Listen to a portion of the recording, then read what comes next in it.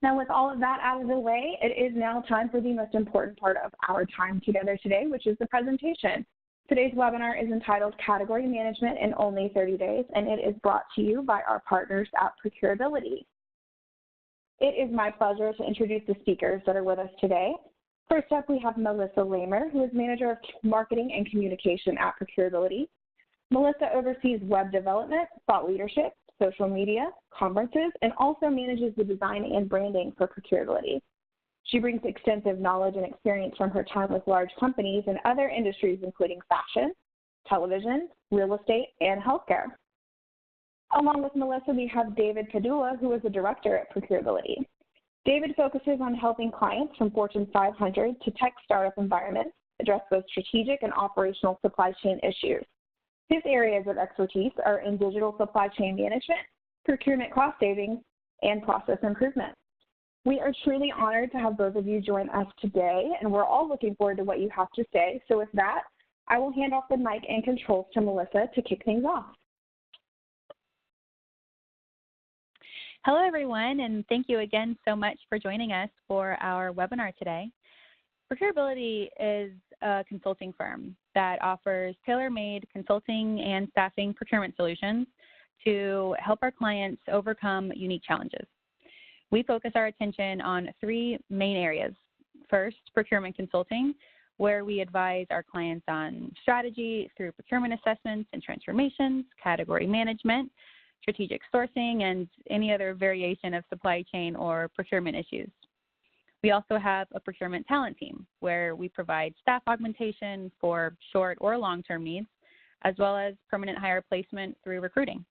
And lastly, we offer analytics and intelligence, where we deliver valuable insight through predictive spend models, cost and scenario modeling, and procurement dashboards, all to help our clients save money. Procurement is all we do, and our goal is simple: take our clients' procurement organization to the next level.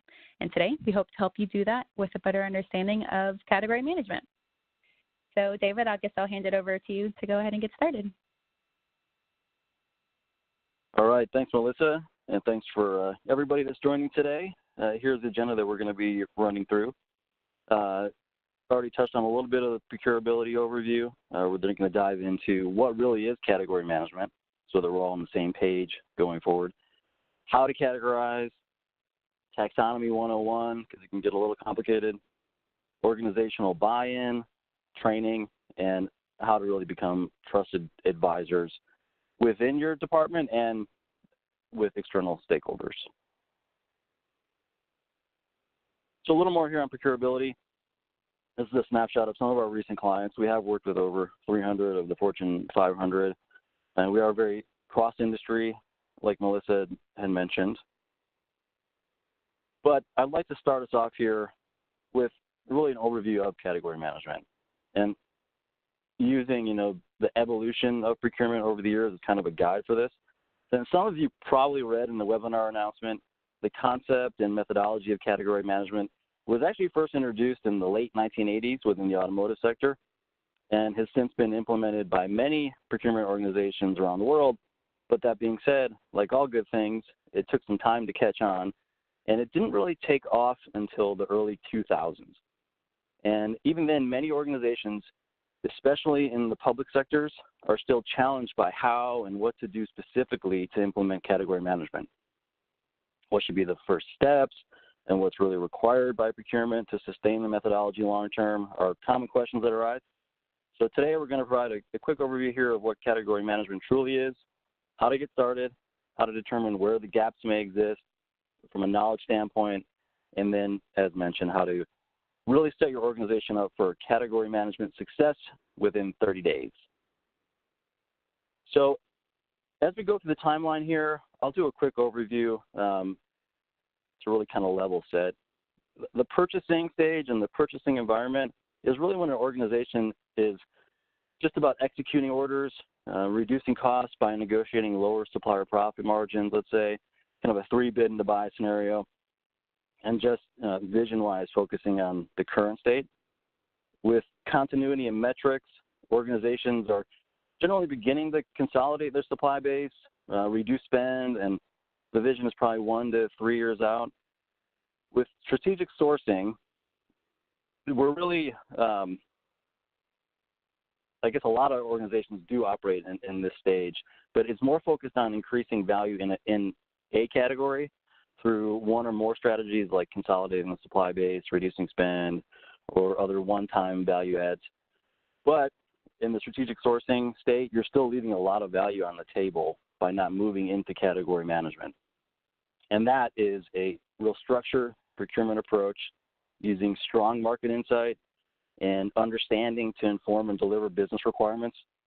It's really developed in collaboration with internal stakeholders and led by a business sponsor. A clear understanding of the business requirements now and in the future is really required, along with a deep understanding of the marketplace, category by category, that develops options to really address a broad range of value levers. So value within category management is ultimately delivered by a really robust implementation, planning, and dynamic and live strategies that can be updated as things change within a category because they do change. Now the final stage here, for a real high-tech procurement organization operating in the AI and blockchain stage, doesn't really fully exist yet, but it's not really as far off as some of you might think. There are a handful of procurement departments all over the world that are running pilot programs and experimenting in these areas, and real tangible benefits can be gained. Okay, let's go a little bit further into some of the benefits of category management. So to fully realize the benefits from category management, it's important to think of it really as a new mindset. It's how you approach many of the procurement, daily tasks, sourcing, contracting, supplier relationship management, and then optimizing them and proactively and intentionally driving them with the right planning, the right resources, and the right strategy. So companies with a formal procurement strategy here and a roadmap typically achieve far greater results than those who don't. Engaging and enabling your key stakeholders and employees in the strategic planning process will ensure a shared vision of your goals, objectives, and priorities. And direction setting wise, when you're doing this, you can really cover areas like multi-year vision and organization structure, trying to link with the strategic business planning cycle. Prioritized category roadmaps can be established, and governance and cross-functional category councils can even be set up, along with communication and change management to fully roll out category management properly. And along the way, it is very important to know if you're making progress here. And so if you don't have that plan and roadmap to really measure your progress against and benchmark, you're not going to have the visibility you need to ensure you're on track. So when it comes to working with your kind of work processes like sourcing management and others, it's important to focus on, are we aligned with the stakeholders and are they participating? Are best practices and process tools and templates being used fully and consistently? Are the project portfolios being managed and in compliance as they should be? Are we doing training and coaching in the best ways we can? And once these processes and data collection are established, doing the benchmarking on a regular basis really does ensure a continuous improvement mindset and framework for your organization will continue and roll out as long as you're working within category management. So beyond doing, these capability assessments, you can even set up a center of excellence.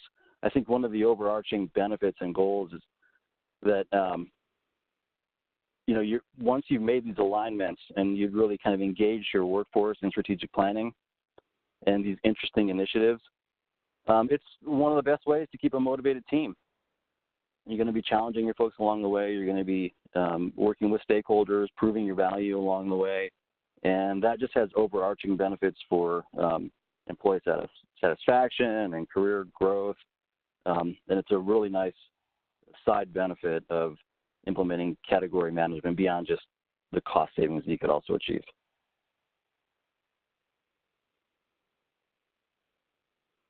All right, so that being said, now that we're all kind of on the same page with what category management actually is and isn't, let's kick things off. So, and jump in really to day one of our 30-day category management program. So I'm getting kind of a sense through the webinar here that almost like a vibe directly that spend analytics is everyone's favorite topic, and they love digging into Excel and analytics and pulling all this data. Well, okay, kidding a little bit here. I do understand that this can really be a challenge for a lot of organizations. Conducting a proper spend analysis is not always that much fun. If you have different ERP systems, different data sources, it can be a challenge. Just getting, ensuring you even have the right information can be a challenge. But it is a very important component of category management.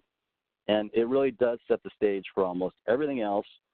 And that first data pull of the raw AP data and, travel spend and everything you can get, it will lay that foundation to begin the cleansing and consolidating phase. And we'll get to taxonomy a bit later here, but for some more context on data cleansing, it can really consist of such things as correcting supplier names that might have typos in them when they were keyed in and, accounts payable, and normalizing multiple names a supplier may have in the system. For example, car rental agencies are a great one for this. You'll pull data reports and you'll see Hertz rental, Hertz car rental, Hertz car rental Las Vegas, and those all need to be normalized to whatever makes sense, but typically Hertz, let's say. So you go through the file, you normalize all these names, and as a tip, I'd say a really common practice here is just to add another column to right next to the supplier name in your data file. And that's where you can populate all your normalized and cleansed supplier names for reference. And I also, it doesn't hurt, and I recommend adding another column at the end of the file for notes. And that way you can just jot down questions or concerns you might have and along the way. Easy to filter wherever you have those notes. If you have questions about, what does this supplier actually do? What are they? You're not sure how to categorize them, let's say. It's easy to look up, and you can keep kind of this running log of it. Now, but then the visualization stage is where you can really start analyzing all the data further and in better ways. So down the road, after your 30-day journey here, if you're not able to automate this process in a efficient way, pulling the data, let's say, finding a unique data key is very important. Like, let's say supplier number is pretty typical. Whatever you have, like your vendor number in SAP or your supplier number in the system that will pull out through the AP extract, because this will allow you to run a VLOOKUP on each new monthly data set and then pull the spend into your normalized, your working file that it has all your normalized names and your analysis, and by that unique data key. And then, any new suppliers that are set up along the way, obviously, will, of course, need to be manually added back into your file. You won't be able to look them up. But really remember, for every month that passes, once you start pulling this data or once you pull it for the first time, you're going to have access to another vast set of spend data for your categories that can help you see how past trends are continuing or evolving. And at the end of the day, if you're truly not able to get access to your spend, which is surprisingly common with some of our clients, for whatever reason, just start with what you have. The earlier you can start, even with partial data sets, the earlier you can work to prove out all the value of category management, and that value can actually drive additional investments in spend data automation solutions, or just driving value in herding the cats internally and getting you the support you need to actually be able to pull this on at least a monthly basis. Once you have the data pulled, doing an internal assessment along the way and asking key questions while you're going through the spend analysis about some of the elements shown here will really enable you to start to develop the internal views of a category. What's the historical volume? what have we paid, even, by business units. Once that spend file is solidified, these areas will be the key points of focus for the long term to actually develop some category strategies around and to help ensure procurement is seen really as a trusted advisor throughout the organization. We're not just talking about cost savings anymore. We're talking about providing good data and intelligence throughout procurement, but also, through to internal stakeholders. And having this type of statistics and data at your fingertips by category and commodity type, when you walk into a meeting with these internal stakeholders, it really can have a positive impact, and it can allow you to contribute to strategic discussions in more meaningful ways. It also allows, and it is also important to kind of keep in mind that the spend when you're going through this can be evaluated in many different ways. So from a visualization standpoint, you really do want to try to only include the charts or graphs that really best represent how the spend is truly used and not overcomplicated, because it can get confusing and you'll lose the clarity that you need. I mean, for our purposes in this first week, days 1 through 5, we're just going to try to use the spend analysis to drive categorization. But that being said, once you have a solid data set, there are many other use cases for it, like determining actual forecasted spend, actual versus forecasted spend by business units, like I mentioned. Has the spend even been properly sourced, or is there a bunch of rogue spend by Phil in IT, who likes to cut his own POs and he never tells procurement about it? Classic Phil. But that kind of stuff will become known, and you will have visibility to it once you start pulling the data on a regular basis. So, okay, now we're in week 2. Once we have that data set, categorization can begin. Now, this part, it can get a little overwhelming. Taxonomy 101, and there are many different ways to go about it. But again, those results of the analytics effort will show you where your spend currently sits. But unless you have that agreed upon taxonomy and structure to organize it clearly, you won't be able to properly categorize and then subcategorize it going forward. So for example, you might have a category like what's shown here for IT, where level 1, typically that's the highest level, which is then broken down into families, and families are further broken down into various categories, and then categories are broken down into commodities. So at this point, I'm guessing you're probably saying, okay, we get this, but where and how can we actually determine all the different levels and categories for our spend? Well, there are a couple good resources out there that can get you started on breaking it all down. But please do keep in mind that unless you work for a government agency that requires a super strict adherence to one of these classifications I'm gonna mention, finding the right customized solution for your organization is really the recommended approach. So NAICS stands for the North American Industry Classification System, and it is a standard used by federal statistical agencies, and it's pretty a typical starting point for many procurement organizations to figure out how they can categorize and organize spend, because it breaks down by these different levels, and it gives you lists, like really of all the different levels, and goes deep into level 1, 2, 3, and 4 by top level category. But then another one, the UNSPSC, the United Nations Standard Product and Services Code, is another coding system for goods and services that really enables buyers and sellers to describe goods in a common way. But the UNSPSC framework adopts a 4 or 5 level classification and has more than 50,000 entities covering basically everything, which in my opinion is way overkill, unless, as I mentioned, you've been mandated to use it. So I think lesson here is when you're starting out on a taxonomy adventure, please try to be as clear as possible in what you're trying to get from the categorization. If there are any internal reports that already exist with some type of categorization, then take them into account and review for what you you think could really work or not work for your needs. If you're aware of some future spend coming in a new type of category for your company, then be sure to include it in your taxonomy so you'll be ready when that spend comes through and to capture it without having to go back and modify your taxonomy structure. Now, the devil can really truly be in the details here, and not having enough levels will mean the spend will be too general and not provide a lot of insight.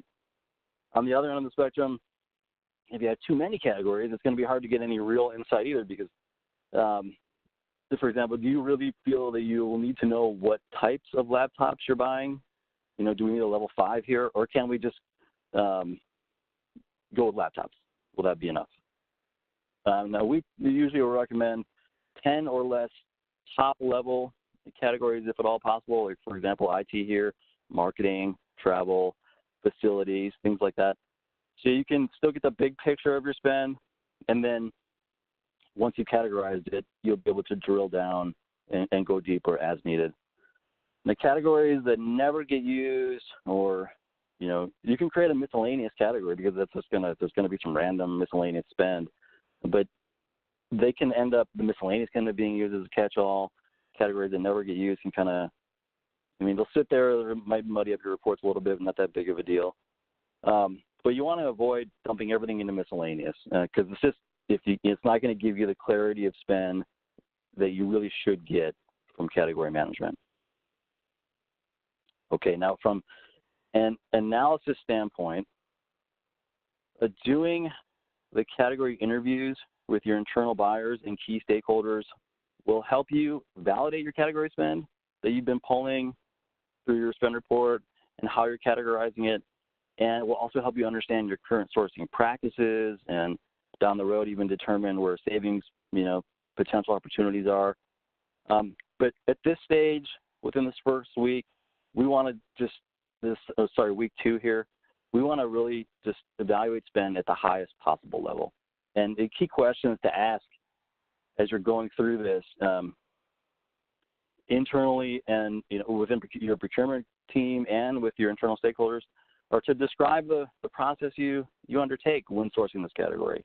Walk through it and make sure we're all on the same page with how it's being done, if that makes sense. What are the key cost drivers in this category for a supplier? Get your team's view in procurement, get the stakeholders' view. They could be different, and both could have a lot of value. And then another one, how can we improve or do better in this category? For example, should we be pushing and looking for better quality, lower cost, better service, lower service? Maybe we don't need high service levels. All this will help build trust and also create kind of a brainstorming environment that can lead to some new and really interesting sourcing approaches down the road.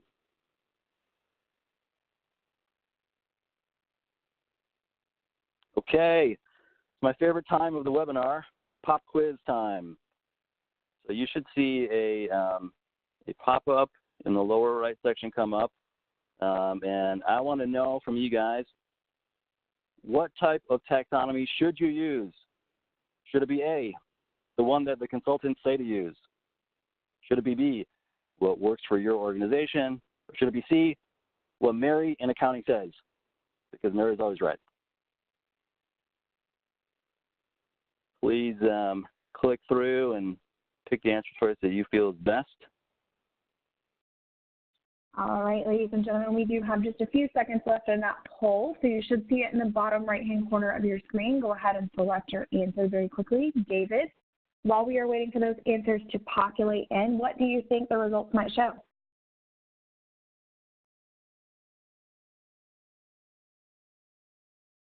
Well, you know, I try not to get too tricky here with my pop quizzes, so I'm hoping most of you guys are picking B as a solid answer choice, but I am curious.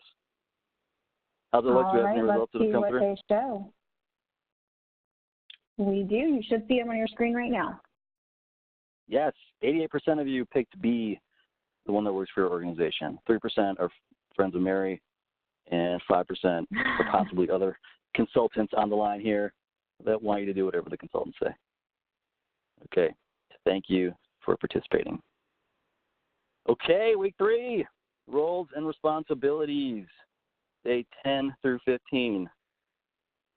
Now, let me see. Once we have some categorization and we kind of know where we're going, we've talked to internal stakeholders, defining the roles and responsibilities is a key part of actually obtaining organizational buy-in. Now, from a stakeholder management standpoint, we all love our stakeholders, but motivation can be a challenge with them sometimes.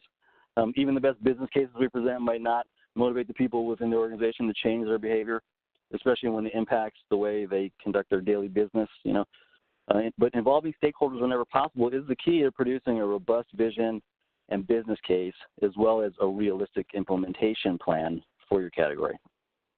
Stakeholders do traditionally have the best knowledge of the requirements, the specifications, service levels that they want, and what are actually needed, and sometimes even specific regulations that might be needed within the category that they work in. And they can help the procurement team make sure that the requirements that they want can continue to be met. So it's important to engage with them whenever and wherever possible, as it will help to obtain organizational buy-in. Now, from your sides, within the procurement organization, trying to get that category ownership aligned and implementing category management, you need to approach it really as a truly iterative process that requires individuals to have a real flexible skill set and mindset to oversee them. As an example, office supplies may not change as much as IT month to month, even, let's say, especially, but it will change. And not knowing everything about a category should never be a barrier to taking some type of ownership. And I think one of the biggest things we see with clients is that if you're trying to approach category management from the mindset that a complete reorganization, title changes, raises for the newly minted managers, and SVP or CPO approval of all this is required first, you're never going to get it off the ground. The first step to immediate category management ownership is the designation of category points of contact, not category managers.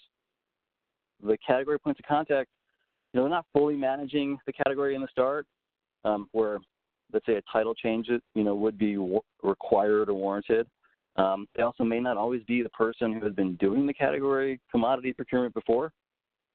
And if possible, I would say try to filter out and find the folks that really have an interest in a specific category, as that curiosity will drive the additional learning that is going to be needed to take more formal ownership down the road. We are not going to get formal category ownership and title changes within 5 days here. The intent, is to designate these points of contact to start the process. And hey, guess what? You may not be able to get or designate, enough volunteers and CPOCs for all your categories in the first week or following weeks, and that's fine. The goal with the CPOC approach is to create the opportunity for others to learn about categories of interest and work with each other to really drive some quick wins and value by category.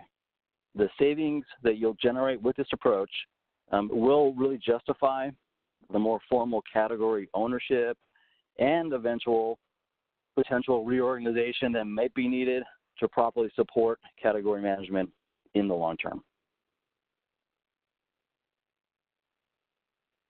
Okay, so from a category knowledge standpoint, the training and leveling up for your CPOCs that you've designated, it could be important. You might find there could be some gaps there, and they're going to need some additional information and knowledge to really kind of dive in and go deeper into their category.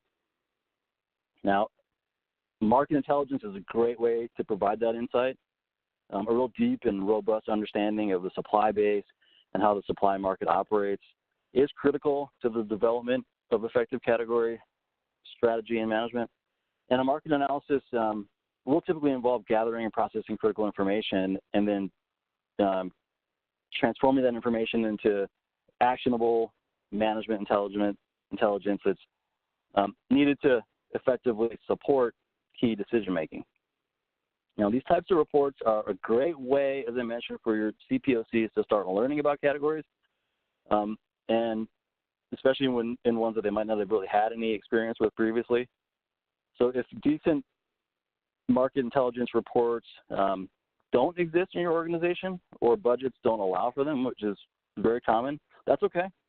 Ask your CPOCs to start researching their categories, and have them present that research during the next staff meeting. And then even monthly going forward to really start taking some ownership of their categories.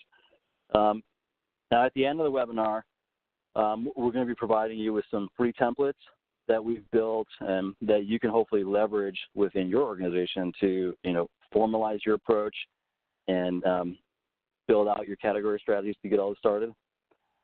But I would say from a market intelligence standpoint, the best time to use it is in the category management and strategic sourcing process before your category management is developed.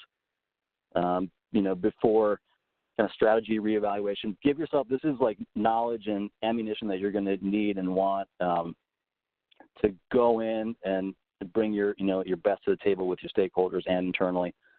I would also caution you that market analysis like this, it should help to answer key questions that are going to matter to your category POCs, but it should not be thought of or hope to be a crystal ball into your own data. It's not going to tell you everything you need to know about the market, super exhaustively, especially things that you would be able to get by mining your own data for insights. Typically won't contain supplier rankings or evaluations. And it typically won't provide super detailed supplier capability or information that you could get on your own by doing an RFI, and because there could be some competitive reasons as to why, depending on who's running the reports.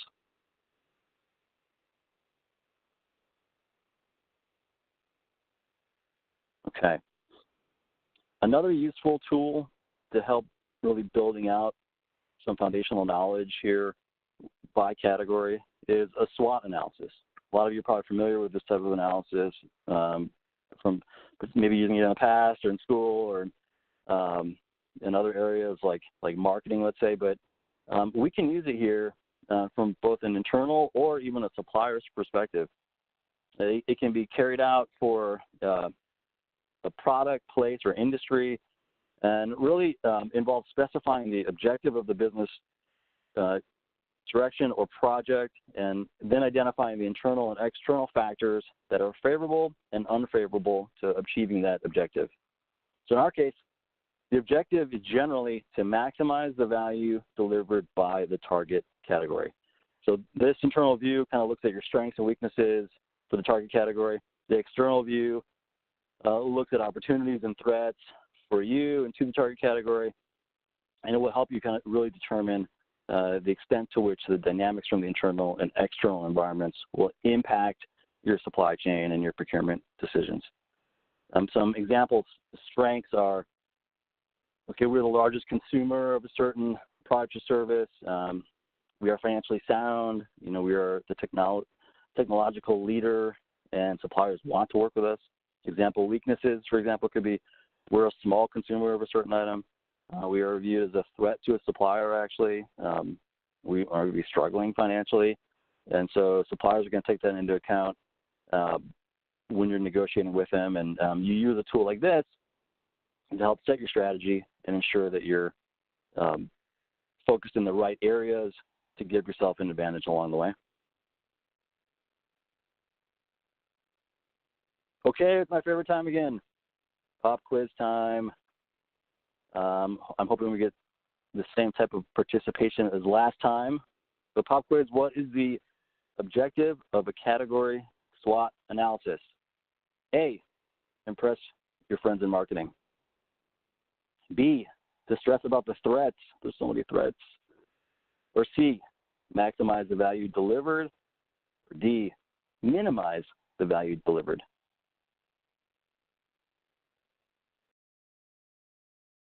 All right, again, ladies and gentlemen, that poll is in the bottom right-hand corner of your screen. We do have 2 seconds left to get those answers in quickly, and the results will be populating soon. But David, what do you think the results are going to show us? I'm hoping everyone's still paying attention and has not fallen asleep yet with this exciting topic. And we're going to be maximizing the value delivered. Let's see. All right, those results are on screen now. Yes, 84% of you agree that we should be maximizing the value delivered. And 5% of you want to impress your friends in marketing. Nice. All right, guys, thanks for participating in that poll. So let's move on here.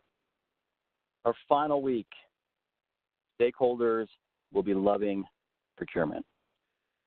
Now, one of the best outputs of a properly executed category management approach, besides the cost savings, is really building up, some trust with your internal stakeholders and even suppliers. It will show that your procurement department is on top of their game and always bringing their best to the table for either internal workshops or working sessions, or from a negotiation standpoint. Having the facts, having the market insights, having the data at your fingertips will go a long way to help you achieve your goals, either internal strategy build-out wise, or from a negotiation standpoint, with your external suppliers. But having those clearly defined sets of business needs that are agreed to by your relevant stakeholders on the front end is the foundation for developing and implementing a successful category strategy. So investigating how the organizational unit's requirements and satisfaction influence what is purchased is very important. Understanding the products and services purchased in terms of their impact on the organizational unit needs is important. And challenge the information provided by the customers and these end users. Typically, the end users are reluctant to admit that the product or service they use exceeds their needs. They always kind of want extra and will pay for it even if they don't use it. They will rarely admit offhand that they've kind of overspec something and using something that they don't really need. So you challenge that and meet with them. You face-to-face, if you can, to understand fully what their requirements and expectations are, what are their desires. In some cases, meeting your end users' internal, business partners that they also have, that can really help and provide some additional valuable information and feedback. And try to determine what SLRs are really needed. Is it response time? Is it hours of operation? Things like that. Also, try to determine what quality requirements are really required. Is ISO certification required? Is FDA approval required? These things can either add cost or remove cost, depending on what the true requirements are. And also, be at the forefront of this in identifying your trends and use them in your forecasting. So some typical examples you could ask when you're sitting down and trying to define these things are, how does the current historical spend compare with future projections the next fiscal year or even the next 5 years? What will be the magnitude of demand changes coming down the pipe? Will the current supply chain be able to handle our future needs? And are there shifts in demand for services provided by business units? And what is driving the demand for these type of usages coming down the road? Operationally, what functional features are necessary? Who performs the maintenance? Should we do it? Should the supplier do it? Things like this. On the financial side, what are the payment terms that we really need? Are we paying our suppliers in a reasonable amount of time? Could there be opportunities for early paid discounts, or could we take longer to pay? Is that better for us financially to have a cash flow, hold on to the cash? And then from a quality standpoint, what are supplier quality programs that are required, but then how do we measure that quality going forward?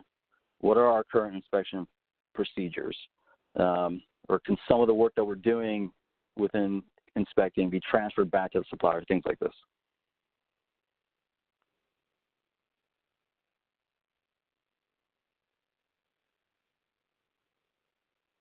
Okay, now from an implementation standpoint, once you have these things developed, it is very important to keep in mind that these strategies that we're going to be developing are not going to be set in stone.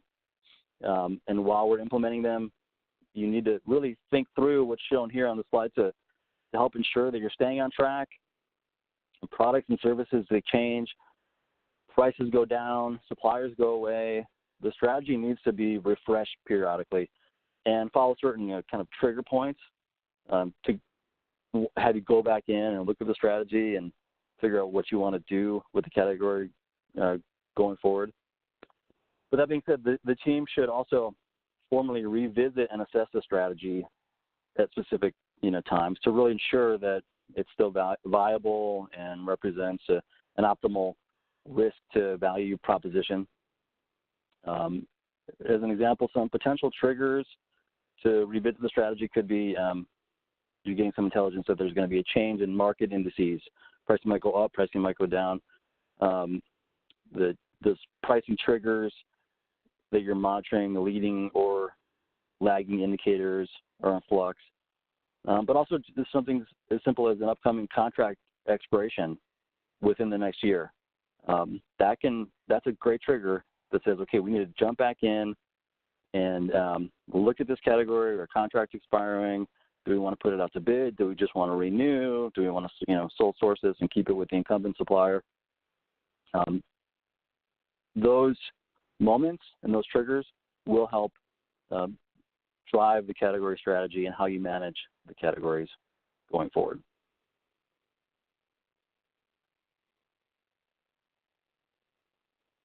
Okay. So in summary, that brings us to the end here.